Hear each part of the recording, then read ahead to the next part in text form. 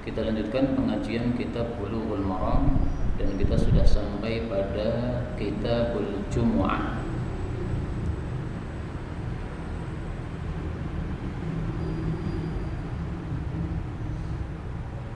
Kemarin ada yang bertanya kepada saya,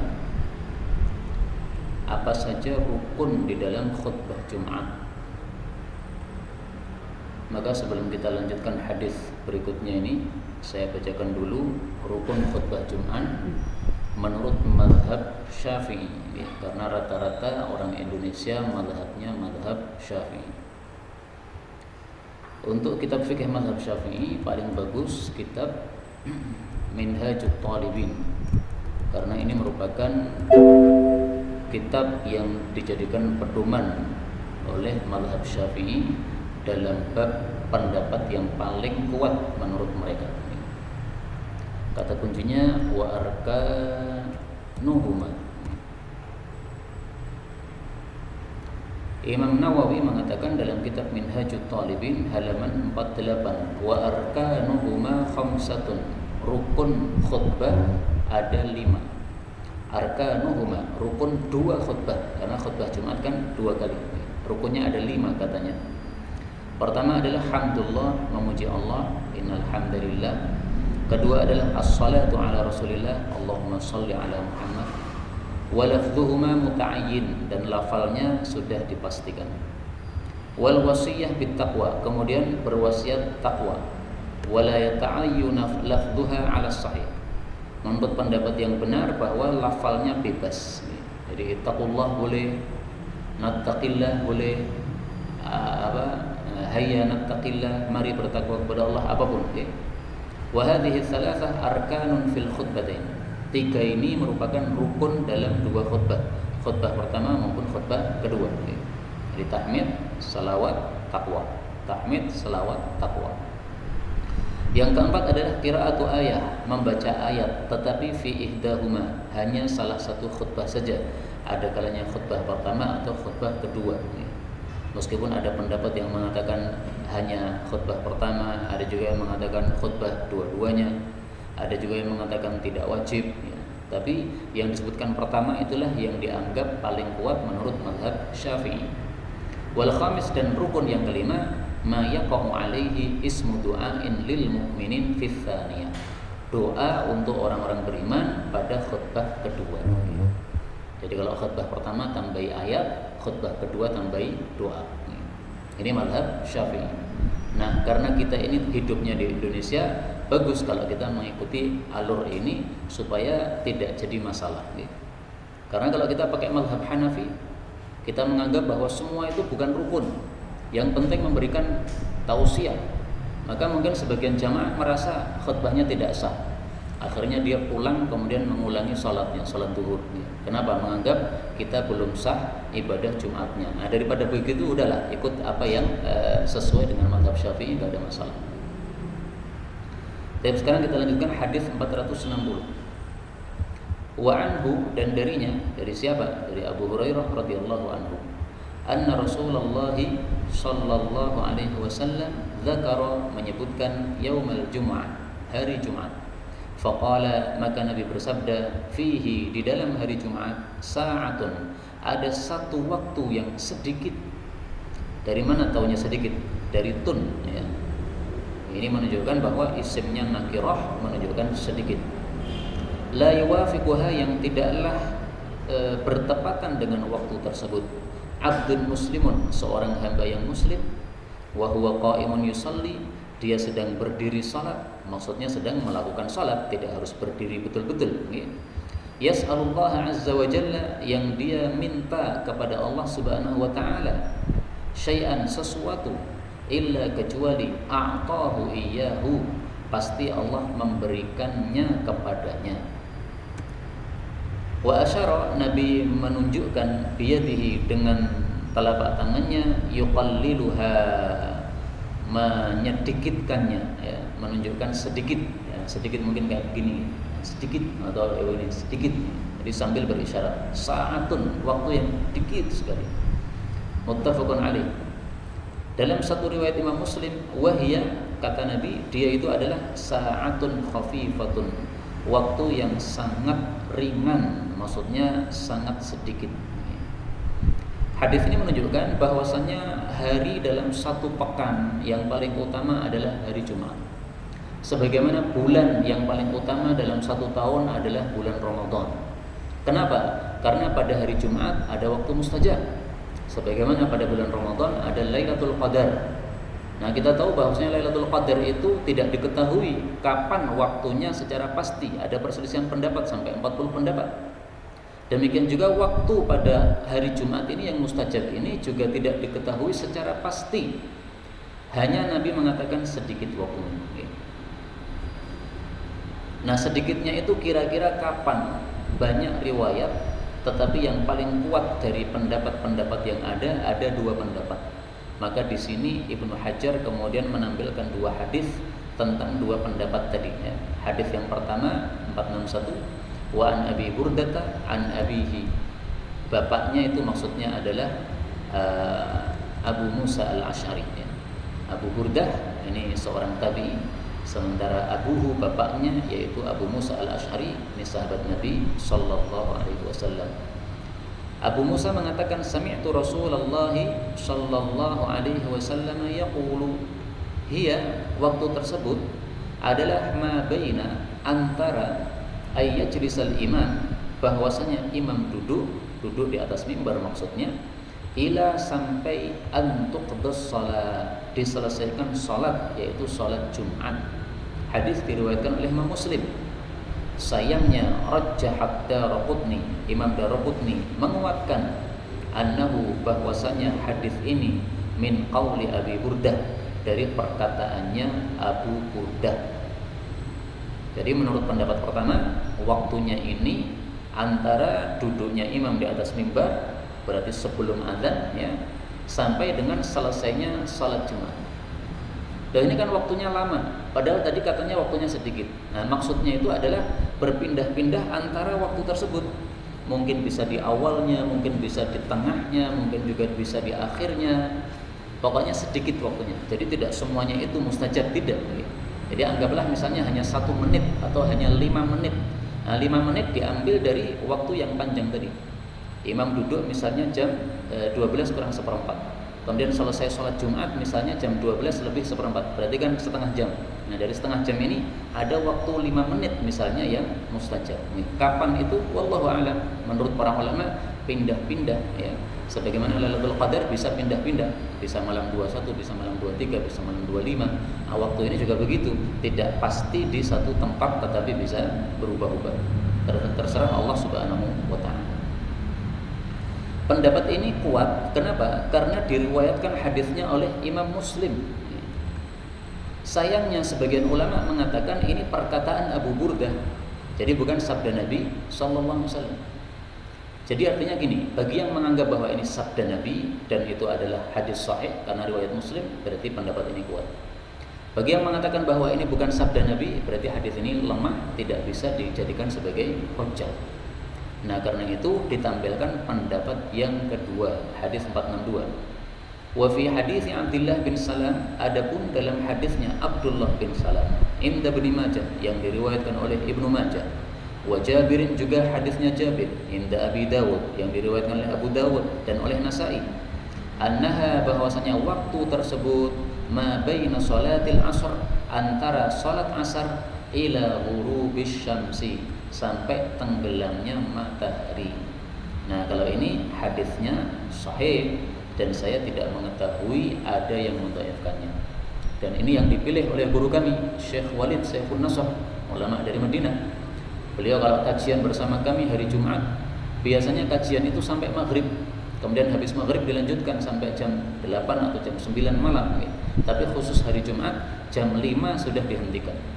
Beliau mengatakan setelah jam 5 kita berdoa sampai adzan maghrib, karena ini adalah waktu yang mustajab.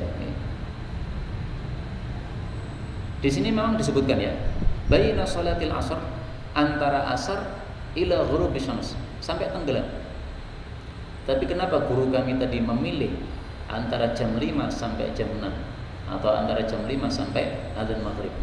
Nah itu karena ada hadis lain yang lebih jelas ya. Kata kuncinya akhir sa'ah. Atau sebentar, ini kitabnya belum kita klik makanya keluar.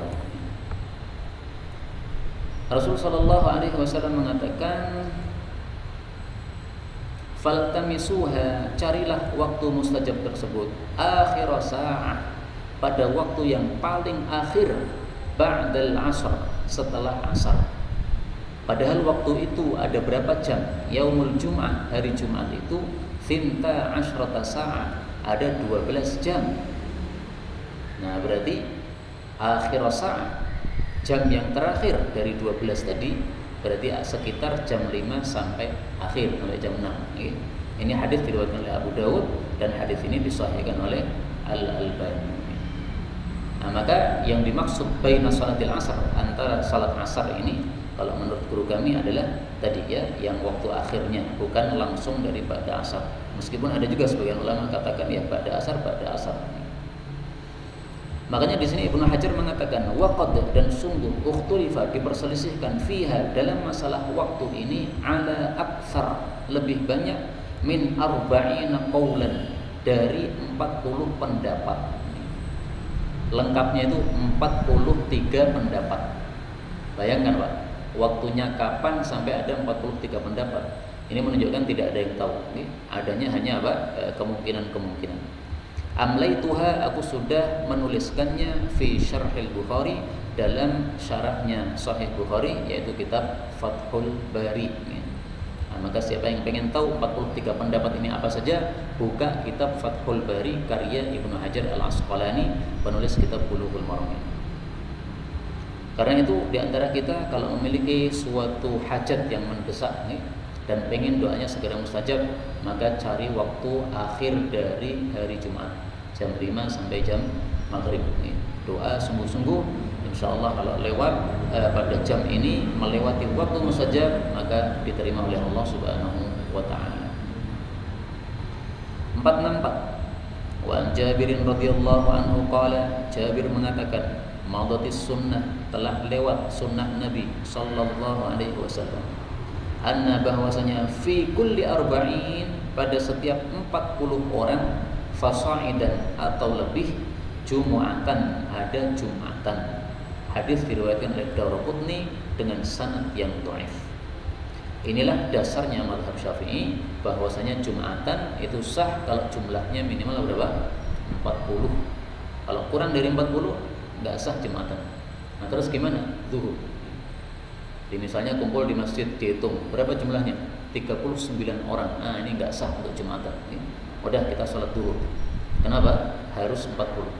Tapi karena hadis ini dhaif, sehingga tidak bisa dijadikan dalil.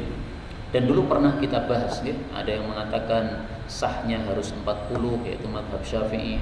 Ada yang mengatakan sahnya harus 12 minimalnya, mazhab Malik.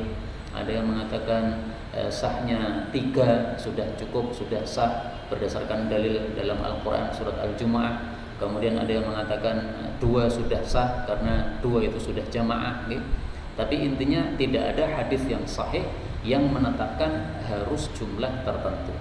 Karena itu insya Allah 2 orang sudah sah, karena sudah ada sholat Jumat, sudah ada khutbah Jumat, dan dilakukannya berjamaah. Berarti sudah sah 2 orang. Wallahu a'lam bishawab. Meskipun itu jarang terjadi, tapi bisa terjadi. Teman saya di Hong Kong, dia tanya sama saya, bisa nggak kita Jumatan di kantor? Hanya 2 orang. Loh, kenapa 2 orang? Nggak ada yang sholat. Saya hanya sama teman saya aja yang sholat Jumat. Yang lainnya nggak ada yang sholat Jumat. Nah, saya katakan sah dengan menurut pendapat sebagian ulama. Silakan Jumatan di kantor, karena memang tidak ada masjid di sana atau susah cari masjid, mungkin tempatnya jauh dari masjid. 465. Wa an Samurah bin Jundubin atau Jundabin radhiyallahu anhu, anna Nabiyya sallallahu alaihi wasallam kana, adalah biasanya, yastaghfiru, memintakan ampun, lil mu'minina wal mu'minat, untuk kaum mukminin dan mukminat, kulla jumu'atin, setiap Jumat, maksudnya di dalam khutbahnya. Hadis diriwayatkan oleh Bazzar dengan sanad yang layyin. Layyin itu dhaif, tapi dhaifnya kecil, dhaifnya sedikit. Hadis ini menurut Syekh Albani, muridnya Syekh Albani, bahkan bukan dhaif sedikit tetapi maudhu', palsu.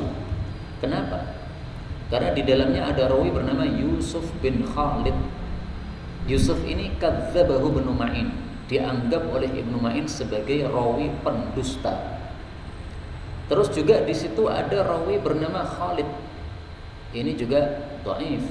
Kemudian ada rawi bernama Khubayb, ini majhul itu juga dhaif. Nah, sehingga perkataan lain ya, yang dhaifnya dhaif ringan, ini perlu dikoreksi. Bagaimana dikatakan dhaifnya ringan, padahalnya di situ ada 3 rawi yang dhaif, bahkan salah satunya adalah dikatakan pendusta oleh Ibnu Ma'in yang ahli dalam bab ini. Tetapi kalau dalam mazhab Syafi'i memang ya seperti yang saya sampaikan tadi, ini dianggap rukun. Mendoakan orang beriman pada waktu khutbah Jumat yang kedua itu adalah rukun dalam mazhab Syafi'i. Nah, karena kita hidupnya di lingkungan mazhab Syafi'i, paling bagusnya kita tetap mendoakan, okay? Jangan kemudian bersengaja untuk menyelisih adat. Karena ini sesuatu yang baik. Apakah Nabi berdoa dalam khutbah Jumat? Ya, hadis sahih dalam Sahih Bukhari bahwa Nabi angkat tangan 1 jari untuk berdoa. Berarti menunjukkan Nabi berdoa. Nah, sudah, kalau Nabi berdoa kita berdoa aja. Meskipun kita meyakini, ini doa bukan rukun. Ya, meskipun antum meyakini, tetapi jangan kemudian melanggar adab karena akan menyebabkan ketidakbagusan hubungan antara kaum muslimin. Jadi kalau kaum muslimin sudah melakukan suatu adat yang menurut mereka itu adalah benarnya seperti itu, dan itu ada dalilnya atau ada dasarnya secara umum dari hadis yang sahih, maka kita lakukan saja ya, meskipun pendapat itu sebenarnya mungkin kurang kuat. Karena umat Islam ini lebih baik bersatu daripada berpecah ya. Kita lihat dalam Al-Qur'an, Allah Subhanahu wa taala mengatakan wa'tasimu bihablillahi jami'an wa la tafarraqu. Berpegang teguhlah dengan tali Allah yaitu Islam dalam keadaan berjamaah, jangan bercerai-berai. Jadi bercerai-berai itu dalam Islam dilarang. Maka apapun yang menyebabkan bercerai-berai jangan dipakai, jangan dilakukan. Termasuk menggunakan nama-nama. Kalau menggunakan nama-nama kelompok itu menyebabkan bercerai-berai, enggak usah dipakai. Misalnya menggunakan nama Salafi, menggunakan nama Asy'ari, menggunakan nama apa lagi ya. Kalau itu menyebabkan bercerai-berai enggak usah dipakai. Kamu kelompoknya apa? Muslim, udah titik, selesai ya. Karena kalau kita ngomong Muslim, dia cocok sama kita, enggak ada masalah. Tapi kalau kita mengatakan Salafi sementara dia Asy'ari, habis itu ketemu kita pura-pura enggak kelihatan gitu. Atau sebaliknya, dia mengatakan Asy'ari sementara kita Salafi, kemudian nanti kalau ketemu jadi tidak akur lagi. Udahlah, enggak usah pakai nama-nama itu kalau memang menyebabkan tafarruqu, bercerai-berai. Okay. Surat Ali Imran ayat 103. Dihafalkan aja ya, surat Ali Imran. Ali Imran itu surat yang ketiga, ayatnya ayat 103. 103. Ini gampang, nomor cantik. Tayyib. Yastaghfir lil mu'minin wal mu'minat. Memintakan ampun untuk orang beriman laki-laki dan beriman perempuan. Apa sih fadilahnya?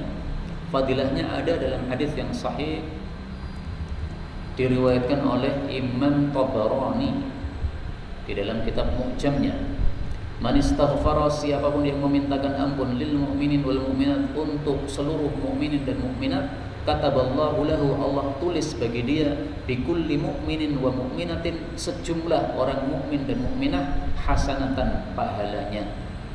Jadi pahalanya sejumlah orang mukmin. Jumlahnya berapa? Enggak bisa dihitung. Sejak zaman Nabi Adam sampai hari kiamat, berapa jumlah orang beriman? Enggak bisa dihitung. Nah, maka sekarang kita praktekkan ya. Allahumma ighfir lil mu'minina wal mu'minat. Allahumma ighfir lil mu'minina wal mu'minat. Allahumma ighfir lil mu'minina wal mu'minat. Amin ya rabbal alamin. Wassallallahu ala Muhammad. Baik. Hadis 466. Wa an Jabir bin Samurah radhiyallahu anhuma. Perhatikan, berarti dua-duanya sahabat Nabi. Jabir ini sahabat Nabi, Samurah juga sahabat Nabi. Demikian juga Jabir bin Abdullah, itu juga radhiyallahu anhuma, karena dua-duanya sahabat Nabi.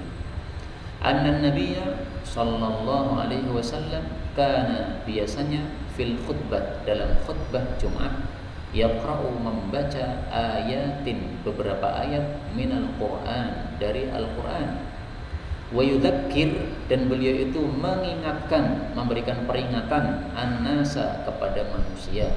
Hadis diriwayatkan oleh Abu Dawud, dan asal hadis ini diriwayatkan oleh Imam Muslim. Hadis ini derajatnya apa? Derajatnya hasan. Nah, sayang di sini tidak ada derajatnya, maka kalau mau dilengkapi tulis sendiri derajatnya hasan. Dalam hadis ini kita ketahui bahwa Nabi biasanya membaca ayat.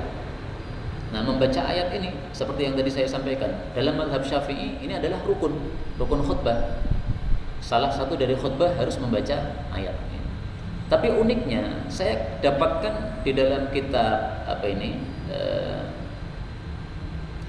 di dalam mazhab Hanafi, bahwasanya qiraatul ayah la tajib, membaca ayat di dalam khutbah Jumat ini tidaklah wajib. Nah, sehingga memang para ulama berselisih pendapat, sehingga ya kita melakukan sesuai yang biasanya aja, biasanya baca ayat. Dan ini sunnah Nabi, sehingga lebih baik tidak ditinggalkan, mau sunnah mau wajib, pokoknya sunnah Nabi dilakukan. Kemudian yudzakirun nas, memberikan peringatan kepada manusia. Nah, inilah inti daripada khutbah Jumat. Intinya apa? Memberikan peringatan. Karena itu khutbah Jumat itu hendaklah bersifat memberikan peringatan. Jangan memberikan berita politik. Berita politik bahwa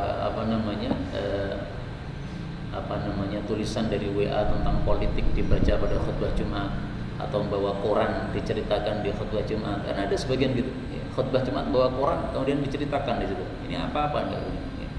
Khutbah Jumat itu untuk mengingatkan manusia, bukan untuk cerita politik. Dan maka yang inti ini yang harus dilakukan. Karena itu saya kurang setuju. Di dalam mazhab Syafi'i kita temukan bahwa khutbah Jumat harus Arab.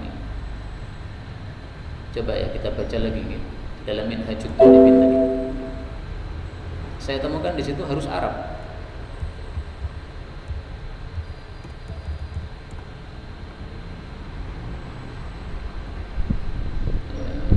Sebentar. Wa arkanuhuma khamsah, rukun khutbah ada 5, kemudian di akhir ada tulisan di sini. Wa yushtaratu, disyaratkan, kaunuha, khutbah itu haruslah arabiyatan, berbahasa Arab, murattabatal arkanits thalatsatil ula, rukun 3 yang pertama tadi harus urut. Alhamdulillah, Allahumma shalli ala Muhammad, kemudian wasiat takwa, harus urut. Kalau dibolak-balik itu tidak sesuai syarat. Wa ba'da zawal, dan harus setelah tergelincir matahari. Nah, ini mazhab Syafi'i. Kalau mazhab Maliki kemarin kan khutbahnya boleh sebelum tergelincir matahari, yang penting sholatnya sudah tergelincir matahari. Kalau mazhab Syafi'i enggak, khutbahnya juga harus setelah tergelincir matahari. Nah, ini yang saya kurang cocok di sini. Yushtaratu kaunuha arabiyyah, disyaratkan khutbah harus Arab. Ini kira-kira kalau orang Jawa di khutbahi Arab bisa ngambil faedah nggak, Pak? Dari awal sampai akhir bahasa Arab. Nanti orang ditanya, tadi isinya apa? Sembuh ya Pak, imamnya kayak gaya, Pak Khotibnya gaya, nggak paham. Padahal dalam hadis di sini disebutkan bahwa khutbah Jumat itu yudzakirun nas, memberikan peringatan kepada manusia. Maka Arab itu bukan satu syarat, mengatakan syarat itu harus ada dalil. Mana dalilnya harus syaratnya harus bahasa Arab? Maka ini terus terang saya kurang cocok. Tapi saya pernah tinggal di Garut itu. Ada di sana satu masjid, khutbahnya selalu bahasa Arab. Bagus sekali, 5 menit khutbahnya. Ada tulisan itu digantung di atas mimbar. Terus imamnya ini datang, ngambil gantungan tulisan tadi, terus dibaca. Isinya bahasa Arab semua. Pendek sekali ya, 5 menit atau kurang. Setelah itu langsung turun sholat. Saya kaget, Masya Allah. Khutbahnya bagus, 5 menit, pendek ya, tapi bahasa Arab total, nggak ada yang paham itu. Itu di Sunda itu. Di Solo saya belum pernah nemu kayak gitu. Wa yudzakirun nas. Yaitu berarti apa? Memakai mazhab Syafi'i yang betul-betul. Mazhab Syafi'i memang kayak begitu. Nah, dia mungkin sesuai mazhab Syafi'i yang sesungguhnya.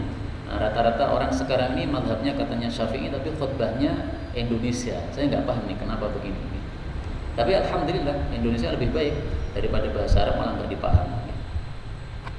Hadis berikutnya 467. Wa an Tariq bin Shihab anna Rasulullah sallallahu alaihi wasallam qala al-jum'atu jum'atan itu hakun wajibun, adalah suatu hak yang wajib ala kulli muslim, atas setiap orang muslim, fi jamaah, secara berjamaah, illa arba'ah, kecuali 4 orang yang enggak wajib jum'atan. 1 mamlukun, budak.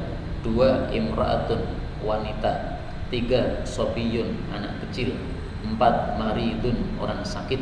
Maksudnya sakit yang susah untuk jum'atan. Adapun panu atau gatal atau pilek itu bukan marid di sini. Diriwayatkan oleh Abu Dawud dan dia mengatakan lam yasma, belum mendengar hadis Tariq bin Shihab ini minan Nabi sallallahu alaihi wasallam. Seolah-olah apa? Hadis ini dhaif, tapi sebenarnya enggak begitu. Karena apa? Tariq bin Shihab ini meskipun dia belum pernah mendengar dari Nabi, tetapi dia ini sahabat Nabi. Sahabat Nabi meskipun belum pernah mendengar hadis dari Nabi, kalau meriwayatkan hadis langsung dari Nabi, itu menurut para ulama adalah hujjah, bisa diterima. Kenapa? Karena pasti dia menerima hadis itu dari sahabat yang lain. Padahal semua sahabat itu menurut kita Ahlus Sunnah adalah udul. Udul itu maksudnya gimana? Tidak fasik. Tidak fasik berarti gimana? Berarti riwayatnya pasti diterima, gak ada yang ditolak. Nah, orang-orang Syiah kan enggak. Nah, ini bedanya kita dengan orang Syiah. Kalau orang Syiah itu menilai sahabat itu seperti manusia biasa, sehingga ada yang adil, ada yang fasik. Kalau kita Ahlus Sunnah enggak. Semua sahabat Nabi, mau Abu Bakar, Umar, Utsman, Ali, mau Muawiyah, mau Zubair, Thalhah, Mughirah, siapapun, itu semuanya adalah udul. Nah, maka kita Ahlus Sunnah meyakini Tariq bin Shihab riwayatnya sahih. Kenapa? Meskipun dia belum mendengar hadis dari Nabi, karena pasti meriwayatkan dari sahabat yang lain dan semuanya adalah udul. Maka kesimpulannya hadis ini sahih, bisa diterima sebagai hujjah. Yang tidak wajib untuk Jumatan ada 4. Tapi terus terang bahwasanya masalah ini memang ada perselisihan pendapat di antara para ulama. Untuk mamluk budak ini, seluruh ulama berpendapat tidak wajib Jumatan kecuali mazhab Zahiri. Mazhab Zahiri mengatakan budak tetap wajib Jumatan. Kenapa? Allah memanggil dalam Al-Quran, ya ayyuhalladzina amanu idza nudiya lis-shalah. Budak ini termasuk ya ayyuhalladzina amanu, berarti dia wajib Jumatan. Tapi menurut mayoritas para ulama bahwa ayat itu umum, maka dikhususkan dengan hadis, sehingga yang umum tetap umum, yang khusus diperlakukan khusus. Imra'ah, perempuan, apakah ada perselisihan pendapat di antara para ulama? Saya nggak tahu adanya perselisihan pendapat. Bahkan saya dapatkan Ibnul Munzir mengatakan dalam kitab Ijma' wa ajma'u, para ulama sepakat ala alla jum'ata 'ala nisa, tidak wajib Jumatan untuk wanita. Al-Amir As-Sun'ani juga mengatakan mujma'un 'ala 'adami wujubiha 'alaih, disepakati tidak wajib Jumatan untuk wanita. Nah, maka pendapat yang sekarang kita dengar ada sebagian kiai mengatakan Jumatan wajib bagi wanita, itu berarti pendapat baru. Nggak tahu munculnya tahun kapan itu. Dan apakah itu pendapatnya ada di antara orang-orang Arab, ulama Arab, atau hanya ulama Jawa, saya juga nggak paham. Yang jelas pendapat itu sangat-sangat lemah karena bertentangan dengan kesepakatan para ulama. Terus kalau kita melihat maslahat, wanita itu kalau wajib Jumatan, ini kadang-kadang parah. Parahnya kenapa? Dia anaknya 11. Seperti teman saya, usia 40, anaknya 11. Nah, apakah semuanya harus dibawa rombongan ke Jumatan begini? Karena kalau anak-anak itu ditinggal di rumah, susah juga. Harus mereka dibawa karena ibunya pergi sementara anaknya masih kecil-kecil. Kalau anaknya udah gede-gede, udah terserah mau berangkat sendiri-sendiri, ini masih kecil-kecil. Nah, maka ini kadang-kadang susah kalau wanita ini wajib untuk Jumatan. Apakah ada selain 4 ini yang tidak wajib Jumatan? Masih ada 2 lagi. Nah, kita lanjutkan hadis berikutnya 468.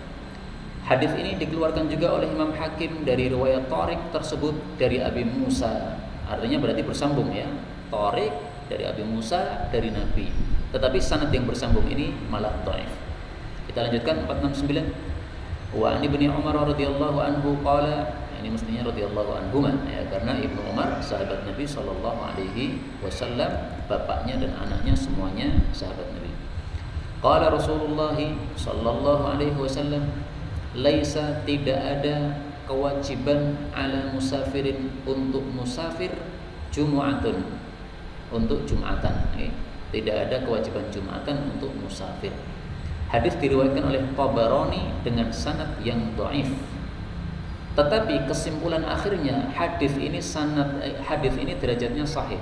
Kenapa? Jalurnya banyak, saling mengkuatkan antara satu dengan yang lainnya sehingga kesimpulannya sahih. Disahihkan oleh Syekh Albani, oleh Al-Amir dan yang lain-lainnya. Maka berarti yang kelima yang tidak wajib Jumatan, musafir. Nah sekarang musafir yang dimaksud ini musafir yang bagaimana? Karena musafir ada dua macam. Ada yang musafir yang sedang bersafar, tengah-tengah perjalanan.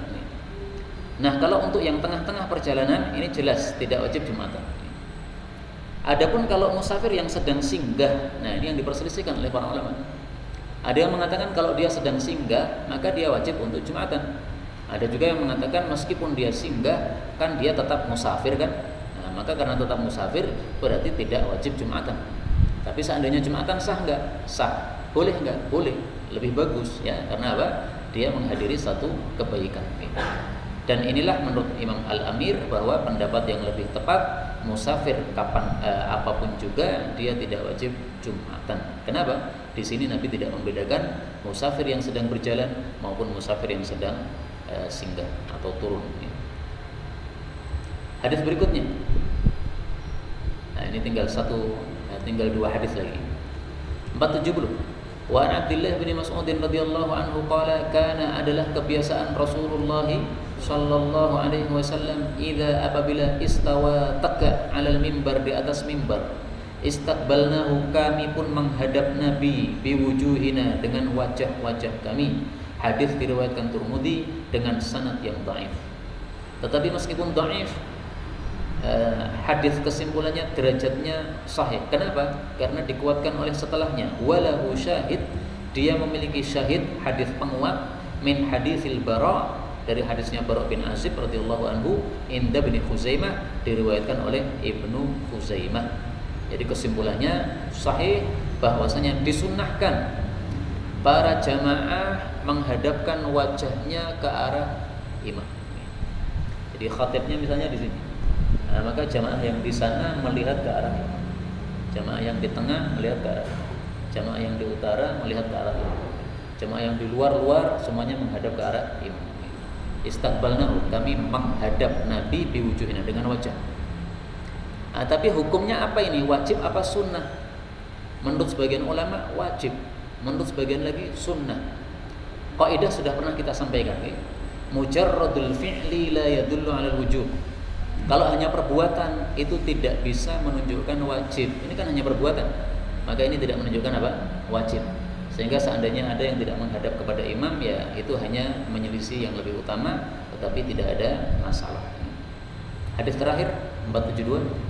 Wa anil Hakam bin Haznin radhiyallahu anhu qala, syahidna, kami menghadiri al-jum'ata, jum'atan ma'an nabiyyi sallallahu alaihi wasallam. Faqama, maka beliau berdiri, mutawaqqi'an, dengan bertekanan, maksudnya berpegangan, ala asa, pada tongkat, au qaus, atau busur panah.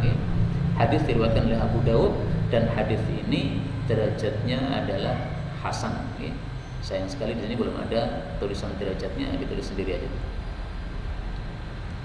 Hadis ini menunjukkan bahwasanya Nabi kalau khutbah memegang tongkat atau memegang busur. Nah, ini saudara-saudara kita NU melakukan ini. Mereka khutbah Jumat disiapkan tongkat. Nah, sekarang kita kenapa tidak melakukan? Apakah kita tidak suka sunnah Nabi? Kenapa Mas tidak disiapkan tongkat? Jadi gini, hadisnya sahih, oke. Tapi para ulama berselisih pendapat. Ada yang mengatakan bahwasanya ini adalah sunnah Nabi Shallallahu Alaihi Wasallam sampai akhir hayat beliau. Ada juga yang mengatakan, misalnya Ibnul Qayyim, bahwasanya ini dilakukan oleh Nabi dulu ketika belum ada mimbar. Ketika belum ada mimbar, maka beliau itu bertekanan dengan tongkat atau bertekanan dengan busur. Tapi setelah ada mimbar, nggak perlu lagi bertekanan dengan ini. Ini menurut pendapat siapa? Ibnul Qayyim. Nah, maka wajar kalau ada yang kemudian tidak memakai tongkat. Tahu hadis ini tahu ya, tapi menganggapnya bahwa itu sudah nggak dipakai lagi oleh Nabi karena sudah ada mimbar. Maka ini adalah sebelum adanya mimbar. Saya pribadi cenderung bahwasanya ini tidak sebelum adanya mimbar, karena tidak ada kata-kata di situ sebelum mimbar. Mana ada kata-kata begitu? Sehingga mengatakan ini kejadiannya sebelum adanya mimbar, ini perlu dalil. Mana dalilnya bahwasanya ini sebelum ada mimbar? Maka yang zahir adalah bahwasanya ini sunnah tetap sunnah meskipun sudah ada mimbar. Adapun hikmahnya, para ulama katakan ada dua hikmahnya. Hikmah yang pertama adalah rabtun lil qalb, supaya lebih mengikat hatinya. Nah, ini saya nggak paham. Mungkin maksudnya supaya lebih khusyuk nih.